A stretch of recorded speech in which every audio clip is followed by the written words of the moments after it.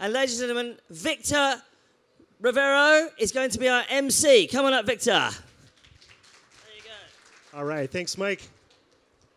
And we have an illustrious panel of judges and judging experts from all around the world. We have with us today Shankar Maruwada, the CEO and co-founder of the X-Step Foundation. Stand up. All right, we have Brian Schreuder, the Superintendent General from Western Cape Education Department. Carla Aerts, Director of Futures, UCL Institute of Education. And Miss Warda Conrad, Director of Business Strategy and Stakeholder Management, Western Cape Education Department. And last but not least, we have Amit Patel, a partner at Owl Ventures. All right. And the presenting companies today are eMCON, Kinteract, Accelerated, and the Biz Nation. And we're going to start with... That's just the first, yes, that's just the first batch. There's many, many more to follow, but then we'll take a break after that first batch. So first, eMCON is an education advisory and school development company based in Jeddah, Saudi Arabia, and they're up first.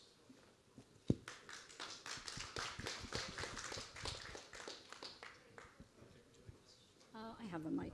Yeah, that's fine. So thank you. It's a pleasure to be here. Munira Jamjoom, CEO of eMCON Education. We recently launched our first EdTech product. We've been working in Saudi Arabia and the UAE for the past 4 years.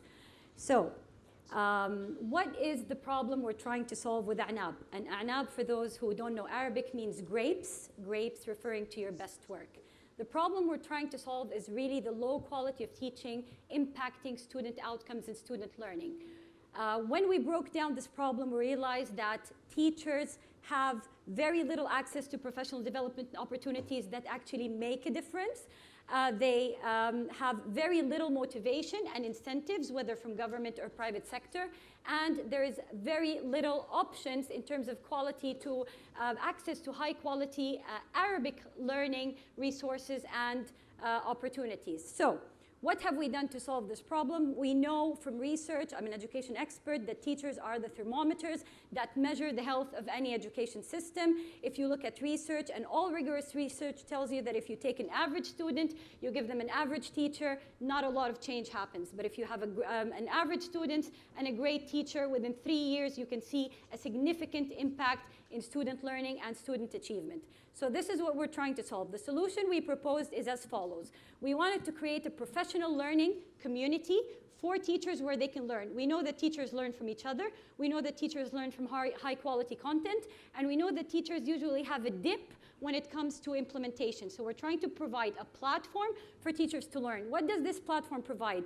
An e-learning opportunity for teachers where teachers can take courses that are relevant to their day-to-day practice, an e-commerce platform for teachers to create and share content with other teachers, because we know that textbook publishers are going to go out of business in the next 10 years. Content is going to be created by teachers and for teachers, and a community of teachers to talk about their professional practice online. Why is A'nab different from other competitors? We looked at everyone who's working in the e-learning and content providers. So if you look at international providers, you have the MOOC platforms here, and then you have the content providers here, Teachers Pay Teachers, TESS, etc. When we looked at the Arab world as well, we have here are the content providers that provide content for children, and these are the MOOC providers that provide e-training for different sectors, not specifically for education. A'nab, we're positioned right in the middle. We're saying you come and you learn, and you create content, and you share content with other teachers in the Arab world who don't have access to this. Why are we distinct from competitors? We focus on Arabic education and training. We are already an education company. We work in the education services industry. We partnered with the largest MOOC operator in the Arab world. They have over 2 million students, and we're trying to create a niche, a MOOC platform only for Arab teachers to upskill them. We already have infrastructure, and we have a success story. We have a partnership with Cambridge International Examinations, and we provided a few courses that I'm going to talk about now. Why are we different as well? We focus on the whole teacher. The heart, we need to motivate the teacher. The cognitive, where we need to give the teacher skills that really matter. And the craft, because at the end of the day, teaching is a craft that improves with practice. We have a very special framework that I'm very proud of because it took us a long time to get to this framework. When we worked with the Arab teacher, we realized that we need to focus first on mindset. Most of the platforms that you go to focus on skills. We said first we're going to brainwash the Arab teacher, we're going to give them motivation, we're going to improve their mindset, then we're going to focus on all the generic skills and the fundamental modules that they need. Then you go for vertical learning, questioning for Islamic, assessment for math, etc. And this is how we are designing our learning platform. So you have an individual learning journey for each teacher that registers with ANAB. And we are now developing as well a customized assessment for these teachers to push content that is relevant to that teacher and to the classroom of that teacher. All right, this is me. I gave my first course last week. We launched it on the 11th of March. Now we have 12,000 teachers registered. We have a very specific focusing on the Arab teacher.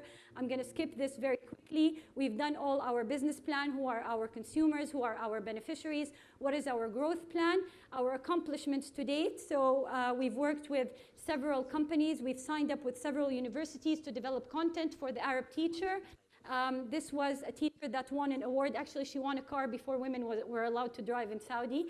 And she was from the area where there was a war zone.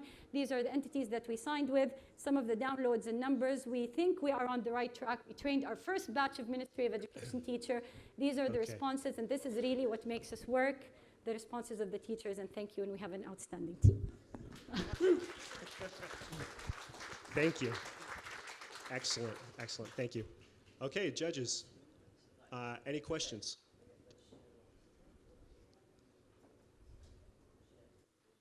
All right, now's the time we get some questions and interaction from our judges. And go ahead. Hi, Warda Conrad, Western Cape, Education for South Africa. I see your product specifically deals with Arabic and the need for introducing Arabic to that particular community. Because our teachers are mainly English speaking and Khoisan Afrikaans, how would you propose to translate your product into our environment? Okay. Excellent. Definitely, we believe that EdTech is a lot of the times context specific. So we designed ANAB specifically for a problem that we saw in the Arab world, although we think that this is a problem that's across emerging markets and as well some of the developing markets. So translating the solution wouldn't be a problem, but it's really about developing the local content for that country. For example, what do the teachers in South Africa need? And this is where we will need to work with local partners in South Africa in terms of developing the solution in English. Is not at the end of the day, it's a platform. But what really matters is content that is relevant to South African teachers and problems that South African teachers are facing in their classroom. And this is where we will need to work with local partners and content developers.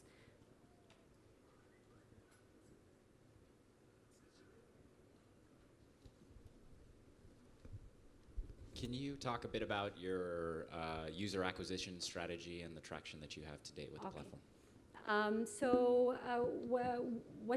When we started with ANAB, actually we learned a lot because we started with the content, really providing content for teachers. We assumed that if you provide high quality content for teachers, they will immediately come online and share it. We realized that there are two problems we're facing. Number one, the teachers in emerging markets are not ready to create high quality content and they're not ready to go online. They're not digitally savvy to go online, learn online, and all of these things. We've decided to work with an entity that has already succeeded in user experience and user acquisition. So Ruwaq has already succeeded in the MOOC area. It's the largest MOOC platform in the Arab world. And we said, okay, you guys have got the user experience right. Let's see how we can take this experience and customize it for teachers. So in terms of our, for example, and I'll talk specifically about Ruwaq, the completion rates for the MOOC courses are the highest in the Arab world. It's about 23% of people who register in a course complete. With ANAB, we just launched our courses the past months. So we're seeing completion rates around 12 or 11%. We've launched a survey. Again, this is very recent. We've launched a survey and we realized our users have about 80% are satisfied with the experience on the platform. There are a lot of iterations that have to happen simply because the target group that we are communicating with is really not digitally savvy. So we get like 500 or 600 questions a day. How do I register? How do I download the first lecture, etc. So there's a lot of communication we will need to learn over the next couple of months with that segment specifically. So I like your focus on mindset. Yeah. You call it brainwashing, which maybe doesn't go down well everywhere. But how do you plan to go about actually changing teachers' mindsets? What are the actions that you would take to create that as a first step? Okay. Very good. It's a very big challenge that we've decided to take on. Obviously, we cannot interfere with any of the government incentives or any of these programs. So what we're trying to do is two things. One, we're trying to provide content that is directly relevant to teacher practice, things that would really solve their problems. So for example, the course that I just launched and had 12,000 registration is called Mindset, Growth Mindset for Teachers. How do you solve your day-to-day problems in the classroom? That's the first thing. The second thing is through creating really support groups, professional learning community online of teachers that can support each other. Most of the things that we're getting are teachers that have problems. Other teachers are commenting on other teachers' issues on how they've solved it, for example, working in the remote areas in Saudi or other issues that they faced as teachers that they can share together. The other thing is we're really trying to focus on the practice. So for example, since it's a MOOC model, so what we do is we ask teachers to practice this and share their practice on the platform in order to work on the practice dip. And this is where we see that teachers are starting to develop intrinsic motivation. Obviously, there are a lot of other things that we can do, like linking to licensing, for example, in the country, etc., which we're discussing now with Saudi, potentially to link it to, as well, licensing incentives for teachers. Excellent. Okay. Thank you. Thank you very much. Thank you so much. All right. Our next presenter is an app for teachers, students, leaders, and parents that improves learning and development through the use of data, algorithms, and human expertise, and it is Kinteract.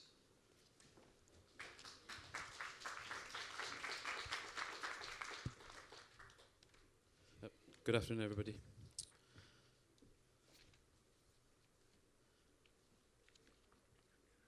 So what is Kinteract? Kinteract is a collaborative digital portfolio of work and achievements. So you might ask, what does that actually mean? So what we've done here, we've decided to take a slightly different approach to some of our competitors and what we see within the EdTech space. And that is to create a modern appropriation of what it means to be a digital portfolio. And as you can see there, that's a feed of a typical student, and it's designed in the way that you would probably use, say, LinkedIn or something similar. You can see posts that have been created by both teachers, students, and parents, and you will see the scenario there that you have mapping of milestones, achievements, and competencies, both academic and extracurricular. So therefore, by doing that, what is the end output? You need to improve your keynote thing. Therefore, this is something that our CTO Alex, who's in the crowd here today, he said what Kinteract gives you is an open toolkit. And what we've done here is that we've made the app agnostic to process. So regardless of what school you are, and where you are in the world, Kinteract works for you.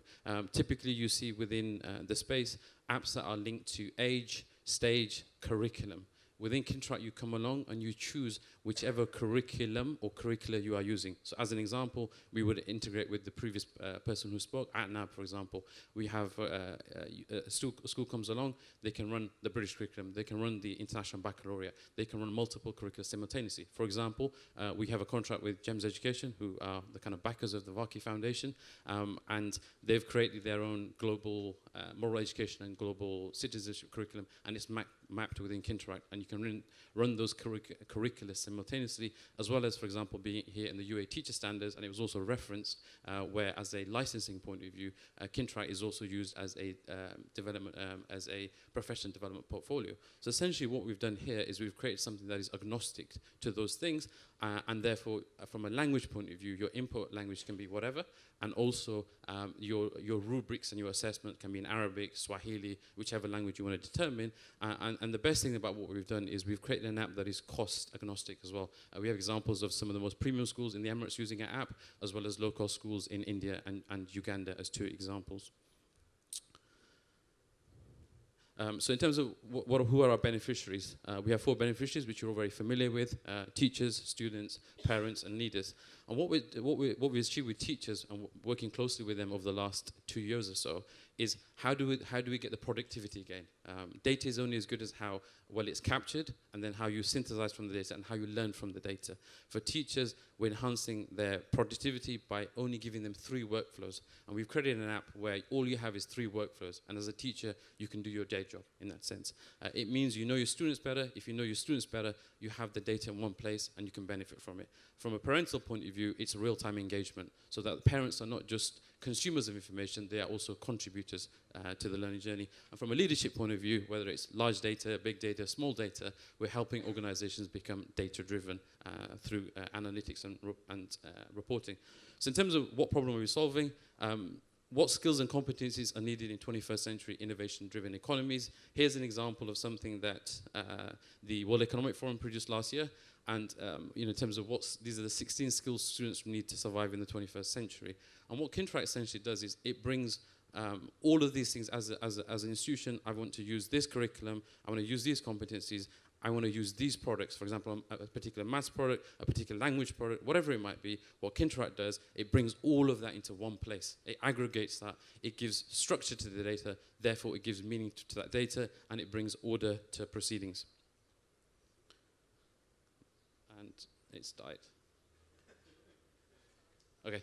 And what we're doing here is we're harnessing, so next time we'll do it on PowerPoint, not Keynote. And what we're doing here is, what does that actually mean? How do you use Kintract? And as an example, teacher posts some work, student does something, parents reply. The reply is just like as if they're using Instagram or something like that. It's very quick, it's very dynamic, and it allows teachers to assess as a platform. We've got 30 seconds. The most important thing is, what is the educational impact of what we're doing? We all know that engagement is extremely important. The greater the engagement, the more powerful the impact, as well as fast feedback. With Kintract, the feedback loops are extremely quick. And what we also do within the platform is we're connecting global classrooms. So we have examples of students in one place connecting with other schools. And then the last bit I want to cover is we believe we're democratizing education. As users are learning Kintract, we're learning from these inputs using algorithms, data, and we are analyzing this from an individual point of view to give hyper-personalized pathways, as well as the fact that if you're a school over there in some part of the world, you benefit from the inputs of others. And so we're addressing the education, equity, and employment agenda that the GASF has as well. Excellent. Thank you. Thank you. For some questions, Alex, my CTO, will join us for any questions. What is the critical need, a critical success factor for the success of your product? If you want to roll it out in, let's say, South Africa or the Western Cape, what would be a critical need? So I think that's a great question. And what we've noticed by working with schools across the world now, where we're covered from all geographies, is you look at what's the most important thing for that ministry, for that school or that school group, for example. And based on that need, because we've created something that is process agnostic, we see the value. So for example, I'll give you 2 examples. For some schools in the Emirates right now, there's a new Arabic curriculum was launched. So the need there was, look, how do I map to this new Arabic curriculum? We addressed that problem in place. Why? It was about how do we map to teacher licensing, for example. So what we're doing here is we're addressing those needs. The most important thing that we learned is that when we started this journey, and as I said in my talk before, and when it comes to data, there's 3 parts: capture, synthesize, and learn. We were personally, as founders, there's 3 of us, interested in the whole learning from data in terms of AI, machine learning, and all those kind of things. And what turned out was that when we spoke to teachers, they said, look, can you help us with the capture part first? And we're like, what do you mean? There's like 90 apps that do that part of the process. And they go, they don't do it that well. So we spent not the last 6 months, but the previous 18 months working with schools on getting the capturing part right. Efficient, robust, efficacious, and therefore as a consequence, we're now seeing benefits going forward. But it's about listening to our users. It's about listening to user base and understanding what their needs are and addressing them through a platform that we made, which is agnostic to process. Next one is yours. Okay, I've got a question around the contextualization of learning and how you deal with your algorithms to kind of address this. because, you know, big data is one thing, contextualization and big data based on, you know, informed education science is another thing. So I just wanted to check with you how you deal with that. Okay, well, I'll answer that as the CTO. So, actually, closer here, good, yeah. So the answer to that question depends on the context of how we're using the data. So we're using the data that we gather in the app in multiple different ways. First thing we do is we use information to the data that we've gathered to help to suggest appropriate curriculum standards based on what the teachers type.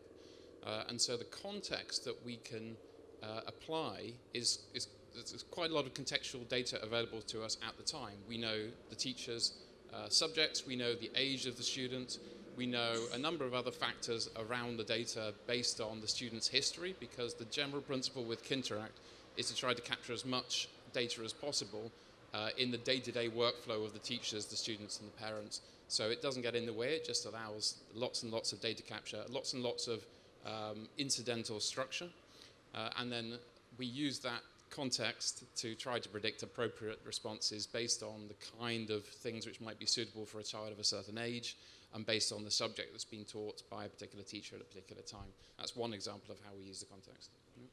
And then, so just to add on to that, we then also look at the fact that learning is not just linear. We look at those examples, as well as the fact that from a student style point of view, from learner dispositions, how these particular students are learning, put all of those factors in, as well as the fact of having experts within our team. And so we're combining the best of the tech stuff, but also the extreme value that good educators have, and we're combining all those things together. Hi, thank you for the presentation. My question is, who or what is your competition? If they're not currently using your app, what are they doing? Okay, so I'll take part of this and I'll leave the other part to Shazad. And what I'd say is that mostly we do not have competition in this space. That's not to say there isn't anything overlapping, but we're relatively unique. Time? Yeah, 1 minute. Keep going. Yep, okay. And we are deliberately placing ourselves not in competition with many other applications, but alongside them. We're heavily focused on integration.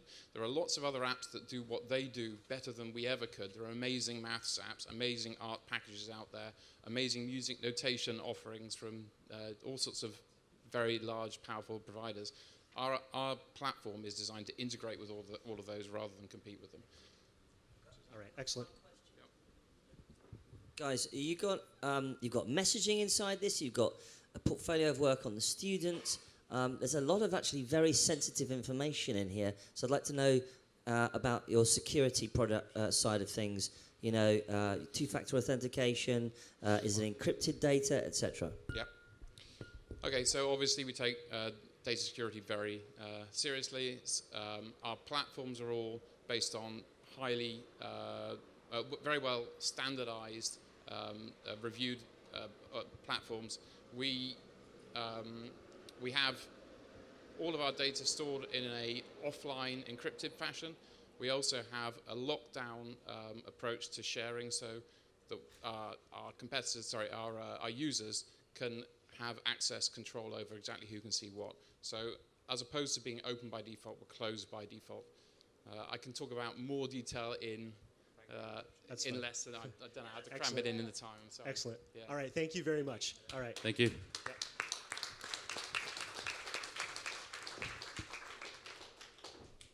Okay. Our next presenter is building a personalized and people-mediated teacher coaching platform from the ground up for the African continent, and they are Accelerated.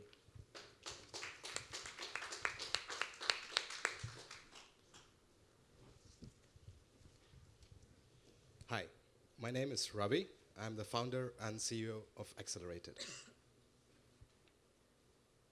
So thanks for the introduction. So you actually covered the slide. So we are building a teacher development company for Africa. So what we do is we empower teachers with essential skills so that they can promote 21st century learning in the classroom. In just 2 years, we've grown quite rapidly, and now we work directly with 500 teachers, reaching over 11,000 students. And these are 11,000 students who are learning 21st century skills as we speak. And all of this in a very difficult learning environment in Ethiopia. We started in Ethiopia consciously to make sure that our model works in a very difficult scenario. So now we are very confident and we are looking to scale it beyond. So why is this important? It's important because UNESCO, for example, says there are 74 countries in the world that have teacher shortages. These countries are very diverse. From Sweden to Sudan, from Chile to China, the teacher crisis is very real and is very urgent. Teachers are stressed, overworked, and under-resourced, under-leaving the profession in great numbers. This problem is magnified in Africa, where countries need about 10 million teachers in the next 3 years to meet their educational goals. And this is the big problem that we are trying to solve. The current capacity is nowhere close to meeting this demand, neither in terms of quantity or, more importantly, in terms of quality. So today, we're going to let you in on a secret that we have learned by working with hundreds of teachers, by observing thousands of lessons. It's a secret that drives teaching. We have decoded the art of teaching. So we strongly believe these are the 4 factors that build strong teachers in every school. So what is that? Content followed by ongoing practice in the classroom, powered by regular feedback, and all of that bundled together with a healthy dose of empathy. These are the 4 key drivers of effective teaching. Many educational products and services currently that are in the market focus on one or a few of these 4 drivers, but not all of them. However, our team strongly believes in not just building the skills, but also the will of the teachers. So while we are growing very rapidly, we want to be working with hundreds of thousands of teachers in the next few years. So how are we going to do this? We are building a very unique coaching platform that is scalable. So we are collecting data, tons of data from all our classroom observations every day. And this data is going to power a handheld app that can make coaching easy and effective anywhere, anytime. And we want to use this app to provide personalized teaching recommendations for every teacher based on their strengths and their challenges. So we all know that realizing education results is very hard. We are not just building an app and putting it on the App Store and expect results will magically appear. So what we are trying to do is bring about systemic change, bring about behavior change. Once we sign up a school, every teacher in the school gets access to a coach who provides them critical pedagogical trainings. And then the coach sits with the teacher to set up structured goals for classroom practice. These can be weekly or monthly goals. And the coach also collects a lot of data from the classroom on teacher and student performance to understand the gaps and understand progress made. So all of this is bundled into a monthly feedback session where teachers can have personalized, targeted recommendations just for them and a pathway forward for improvement. 1 minute. So things are working really great. Teachers love our work. This is normally not some number that we don't throw around very easily because nobody believes it, but actually it's true. We try to downgrade it, say it's around 8.9, but whatever. 9.6 is a very high number, and teachers love our work. Teachers nowhere in the world won't actually be observed in their classrooms. In our case, teachers are coming, who are not even in our program, asking us to work with them, and this is the biggest driver of our growth. So now, where are we going next? We've started in Ethiopia, and this year we're looking to have a couple of pilots. We are already in talks with private schools in Tanzania and South Africa to run quick pilots there. But more importantly, we want to set up government partnerships to scale impact to teachers who need it the most, to schools who need it the most. These are the public schools and the public school teachers. Thank you. All right, excellent. Please let me know in case you have any other questions, feedback, advice. Can you talk about, so the coaches, are they working for the company? Are you contracting with them? So are you building a double-sided marketplace or a single-sided marketplace? Yeah, so we're in the very early stages of this. So right now we work with a combination of internal coaches as well as coaches from the schools. So we have our coaches in some cases where the schools are under-resourced, going and working with the teachers. And in other cases where the teachers and schools are more developed, we have their internal coaches that we are building capacity. So we work very closely with school leaders and coaches. But over time, it could be a double-sided marketplace once the app gets fully developed with the data model. So scaling is important. How do you intend to scale for, say, 300,000 teachers? Where are you going to get the coaches from? So that's a very good question. Actually, that was a question that was raised in South Africa, where last year I spent a couple of months trying to scope out the market. So this is where I think the app becomes very powerful, because we don't want to spend too much time or effort developing those coaches. The app is going to be very powerful, built upon the collective knowledge of the existing data and the data network effect, so that anybody can become a coach very easily. And we've already seen like the early concepts of this working out in our classrooms. Classroom observation, are you using that mainly to to gather your content and then to feed back to the teachers? Is that right? Yes, that's one Classroom source of observation. one data stream. Okay. Yeah. So what happens in a highly unionized environment where a classroom observation is not the norm? How do you intend, or do you have any thoughts on how as a company you would get into situations like that and overcome that as a problem, because that could potentially be a problem? So that's a very good question as well, one that we've been thinking about for quite a long time. But what we have seen successfully is that teachers want us to observe the classroom. This is not driven top-down. This is not something that we are pushing on the teachers or the school management has been pushing for the teachers. This is a factor of the strong relations that we build with teachers. Like I said, empathy is like the key part of our work. And again, it remains to be seen. Every teacher union is slightly different and their motivations are slightly different, but that's what we need to unpack and understand a little bit. Okay, we have a couple more minutes. Any more questions? Go ahead. Have you started working on your revenue model? Yeah, very much. So we've been bootstrapped until now, fully powered by revenues. Yeah, so schools pay us to work with teachers and on a subscription model per teacher per year. So yeah, it's quite flexible, as somebody else mentioned. It's quite, we are working with public schools, we are working with international schools, we are working with all kinds of schools. Again, for us, it's very important to prove this because this is something that people want and are willing to pay for. The timer has gone on one of the screens at the front, but guys, if you just want to check the timer. So when I was looking at this, and I was listening to your pitch, and I thought, fantastic, this is going to be like an Alexa coach for teachers. But actually it's not. It's human beings coaching other human beings, isn't it? Right. So do you envisage a point where you collect so much data, assuming you're hopefully structuring it correctly, that you could then do machine learning around that data and turn this into kind of a semi-intelligent chatbot that could coach teachers interactively, you know, faster than a human, based on kind of lots of sort of data sets and things like that? That's exactly where we want to go in the future. Yeah. But yeah, we're in the very early stages of that. And yeah, that's exactly the vision that we are building for. Can I just ask, have you raised money? Not yet, but if you're willing to invest. How much do you want? You have no, seriously, how much money do you think you need to scale this? It's based on the ambition that we have. It's a huge problem across the world. In the next 3 years, we want to reach 100,000 teachers. So that's the smallest target that we have at the minute. I think you could do that. No, that's too low a figure. You want to go bigger than that. Yeah, definitely. What? How much have we got? Time have we got left? Okay, that's it.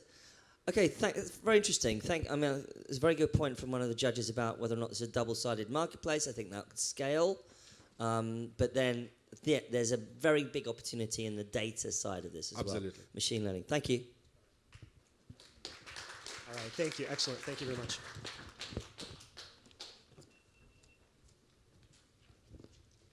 All right, moving right along, we have the Biz Nation, and it's an EdTech startup focused on empowering youth with technology skills, soft skills, entrepreneurship, and financial intelligence through a revolutionary methodology that significantly improves users' learning. And I'm going to keep the time. You don't have the benefit of the clock right now, but I'm going to keep the time for you, and I'll let you know when there's a couple minutes left. You can just let me know when I'm done. Okay. Should I start now? While society innovates, our educational system remains the same. Schools are not raising the change makers, the cutting edge thinkers that the world truly needs. Our educational system is just not focused on what should be the centerpiece of contemporary education: skills, creativity, and entrepreneurship. My name is Daniela Carvajalino. I am the co-founder of the Biz Nation, and the problem that we are solving is the huge skills gap, the lack of quality and relevant education and youth employment in the emerging markets. The World Bank estimates that around 50% of today's jobs are at risk of becoming extinct due to technology. Furthermore, entrepreneurship is seen as a fundamental driver of job creation, yet most of students around the world are not taught entrepreneurial education. Ladies and gentlemen, we have not only identified this problem, but we have identified a huge opportunity in technology to disrupt this trend. The Biz Nation is an online learning platform that teaches technology skills, that teaches financial education and entrepreneurship, applying a methodology that significantly improves student learning. Through our e-learning platform, students, we give them the capacity to start businesses and at the same time to learn critical thinking, problem solving, decision making, and communication skills. But how is it exactly that this methodology works? Well, let me tell you how we have created a solid competitive advantage. We identify and target each user's learning style based on their brain composition. And we combine that with neuro-linguistic programming techniques to make the language of the course very effective. And then we bring into the mix experiential learning, storytelling, and a very special motivation component. Now, our business model, we work on both a B2C and a B2B business model. Our B2C side targets individual users directly. So basically, anybody can go to thebiznation.com and buy any of our courses, which range between $20 and $100. And then we also offer B2B programs to educational institutions in which we train their teachers in our methodology, provide them with our project-based learning curriculum, integrate the use of our e-learning platform, and our online business plan generator, and provide them with all the tools they need to make each class a success. And the business model is very simple. We charge them an annual fee based on the number of students and the needs that they have. Now, something that is very important for the Biz Nation is that we truly believe that education has the power to transform our society. But right now, millions are missing out. So to make education truly accessible to those who need it the most, we donate 15% of our profits to funding productive educational programs in our home country, Colombia. Now, let me tell you why this EdTech startup has the power to transform education for millions. First, we have the right team. My sisters and I have dedicated the past decade of our lives to unleashing the entrepreneurial spirit in youth, and we've been able to reach over 500,000 people in 20 different countries. We started our first business when we were 6, 7, and 8 years old with $15. And since then, we embarked on a mission of dramatically reshaping education and jump-starting the economic growth of our region. And we count with an interdisciplinary team of educators, researchers, business leaders, and technology experts. Second, we have a validated market and traction. Since our launch last year, we've been able to have over 10,000 users right now, and the best way to showcase our model is by showing you the Cartagena International School, where 500 students already learned technology skills and entrepreneurship, applying our model, and 78 are alumni entrepreneurs with successful businesses. Our model has gained a lot of awards and recognitions internationally. We were recognized by President Barack Obama at the Global Entrepreneurship Summit. The World Economic Forum recently named us as one of the 50 companies reshaping the future of Latin America. Thank you so much for having me, and remember that insanity is doing the same thing over and over again and expecting different results. Thank you. Excellent. All right, thank you. Judges? Questions? Can you talk about the course, how long it is, and kind of is it a whole year curriculum, or can you give us a sense of how teachers are using the platform? Yeah, so it depends. So in the B2B side, we have courses that are year-long, and then we also offer courses for individual people. So let's say, Karen in the audience, you want to take a course, we have 20-hour courses on average that people can take. So it depends on who the user end is. Okay, I'm quite interested to find out from you what you sort of have experienced as outcomes or validated as outcomes as much for the teachers as for the learners. Are you able to kind of say something about that? About the outcomes that we've had with the Yes, teachers? yes. Yeah, so one of the examples that I showed was the Cartagena International School, where we're already applying our model. We've done it for over a year, and we have already 78 alumni that are entrepreneurs that are pursuing careers in technology and have those skills. Using our methodology, our program, our curriculum, we train their teachers, and that's the best success case that we have right now to show. Okay. But have you seen a behavior change in the teachers engaging with your program? Oh, yeah, definitely. I think that that's the most important. First, we make teachers understand that it is important to focus in skills, creativity, and entrepreneurship. That is the first thing that we do. Then after they know our methodology, they apply it not only to the subjects that they train with our curriculum, but to everything. Because it's not about, what we're teaching, but how are we teaching. So this is applied to math, to science, and to any other area. So we definitely saw a pattern change. We did a survey and a research with Kansas State University in Atlanta in the United States with a sample group of 100 teachers, and we got really great results. Hi, fantastic pitch. Big round of applause for a great pitch, by the way. Lots of passion. Great to see women founders as well, by the way. Fantastic stuff. Okay, here's the question. Here's the difficult bit. It seems that what you're doing here is very content-led. So it's, you're doing courses. Now, there's going to be a difficulty there in the sense you've got to produce content, haven't you? How are you going to make that scale? So the first question. The second question I'd like to hear from you is, tell me more about the technology, because it's only really through doing a real technology platform that you can actually make this scale. Otherwise, you are going to be running inside a hamster wheel, trying to keep up producing more content, which was kind of one of the problems with so many MOOCs that they had. That they had to rely on. Really, it was about content, and it wasn't a technology platform. So, firstly, tell me about the scaling content, and then the technology. Okay, so first question regarding scaling content, which is actually good news. We have developed a platform so anybody can upload courses to our platform, and we teach them in our methodology. So how are you going to do quality control? Yeah, so we do quality control. So we first, you want to be a teacher at the Biz Nation. You come to us. I do. Thank you. We get you, so you get trained in our methodology, and then we help through the process of creating the courses. And that platform is already out and working. So how are you going to stop 100,000 people all emailing you at once saying, I want to be on the platform? So how many people have you got working on to sift all those people?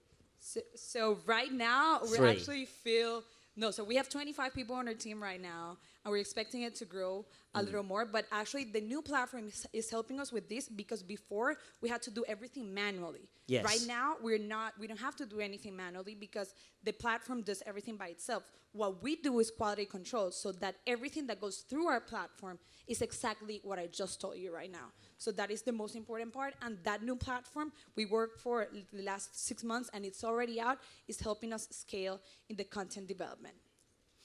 Okay, so hopefully you'll get to the point where your platform is doing much of the curation, the heavy lifting, and then you can bring people on, you can cherry pick the best. Exactly, yes.